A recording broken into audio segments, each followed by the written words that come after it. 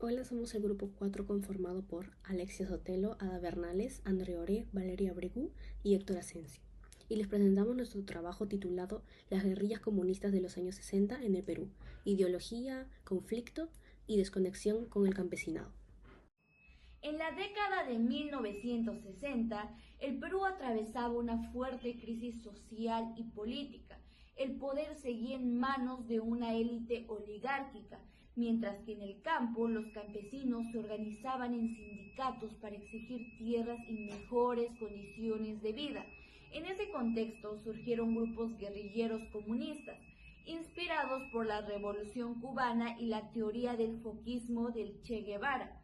Por un lado, como explica Daniela Rubio, las guerrillas no supieron adaptarse al contexto peruano, ya que impusieron una estrategia externa sin reconocer que los campesinos ya estaban organizados y conscientes de su lucha.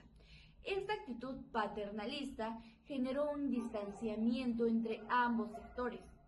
Por otro lado, Jan Luz señala que los principales grupos guerrilleros, el MIR, el FIR y el ELN, no lograron unirse debido a diferencias ideológicas y estratégicas, lo que debilitó sus acciones y les restó fuerza frente al Estado.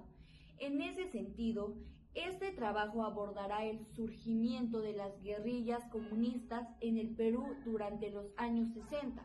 A partir de fuentes académicas y documentos de la época, se buscará comprender sus motivaciones, principales características y el impacto que tuvieron en la historia del país. La fuente primaria que analizamos es el discurso dado por Luis de la Puente Uceda, que aparecerá acá, guerrillero y líder del movimiento de izquierda revolucionaria MIR, el 7 de febrero de 1964 en la Plaza San Martín. En este mitin, él expresa el fracaso de la burguesía peruana, en aquel momento liderada por el gobierno de Belaúnde Terry, para llevar a cabo un verdadero proceso de liberación. Él denuncia a este sector de estar sometido a los intereses de los terratenientes y del imperialismo norteamericano. En cambio, él propone como solución una revolución antioligárquica y antiimperialista, liderada por la Alianza Obrero-Campesina infundida en la experiencia de la Revolución cubana. De la Puente Uceda plantea que los caminos electorales están cerrados por el control oligárquico del poder y que solo mediante la rebelión popular organizada se podía lograr la liberación nacional y el socialismo. Académicos que utilizamos es el artículo de Daniel Rubio. En él se analiza el origen ideológico de la guerrilla del 65, especialmente el MIR, y su relación con los movimientos campesinos. Rubio argumenta que estas guerrillas se inspiraron en la práctica foquista cubana del Che Guevara, que proponía iniciar la revolución mediante focos armados en zonas rurales. Sin embargo, en el caso peruano, esta estrategia no fue eficaz porque no tuvo en cuenta la realidad que pasaba en ese país.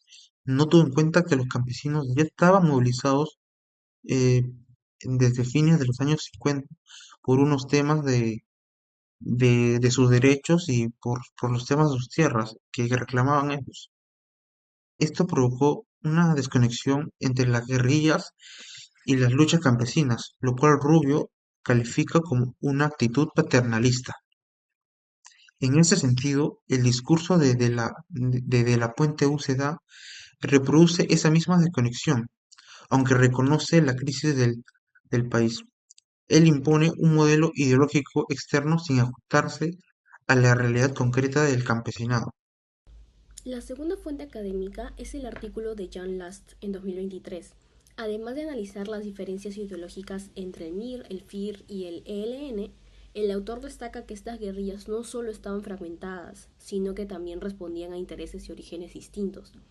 Mientras algunas tenían una base estudiantil urbana, otras se vinculaban a experiencias previas de militancia sindical o trotskista. Esta diversidad sin articulación común impidió que construyeran una propuesta de revolución coherente y sostenida.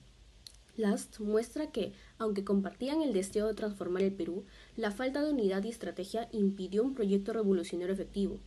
Esto permite entender que el fracaso de las guerrillas no fue solo por factores externos, sino también por sus propias limitaciones internas y su incapacidad para responder a una realidad más compleja de lo que sus marcos ideológicos permitían ver. Aunque hoy las guerrillas comunistas ya no existen en el Perú, las causas estructurales que dieron origen a estos movimientos siguen presentes. Como vimos en el discurso desde la Puente Uceda, existía una fuerte denuncia contra la concentración del poder en manos de la oligarquía y la exclusión de los sectores populares. Esa misma exclusión, aunque en otras formas, continúa en la actualidad. Muchas comunidades rurales siguen sin acceso a servicios básicos y alejadas de las decisiones políticas. Desde la lectura de Daniela Rubio, aprendimos que una de las fallas de las guerrillas fue su desconexión con los campesinos, al imponer modelos externos sin entender sus propias formas de organización. Hoy, vemos que esta desconexión entre el Estado y los pueblos originarios persiste, especialmente cuando sus demandas siguen siendo ignoradas. Por otro lado, Jan Lost nos mostró que la falta de unidad entre las guerrillas debilitó su impacto. Esa división interna también se refleja actualmente en la falta de cohesión en los movimientos sociales. Por eso, aunque las formas de lucha han cambiado, el fondo del conflicto, la desigualdad, la exclusión y la lucha por representación sigue siendo un reto pendiente con el Perú. Comprender lo que nos pasó en los años 60 nos ayuda a no repetir los mismos errores y pensar en soluciones más cercanas a la realidad del pueblo.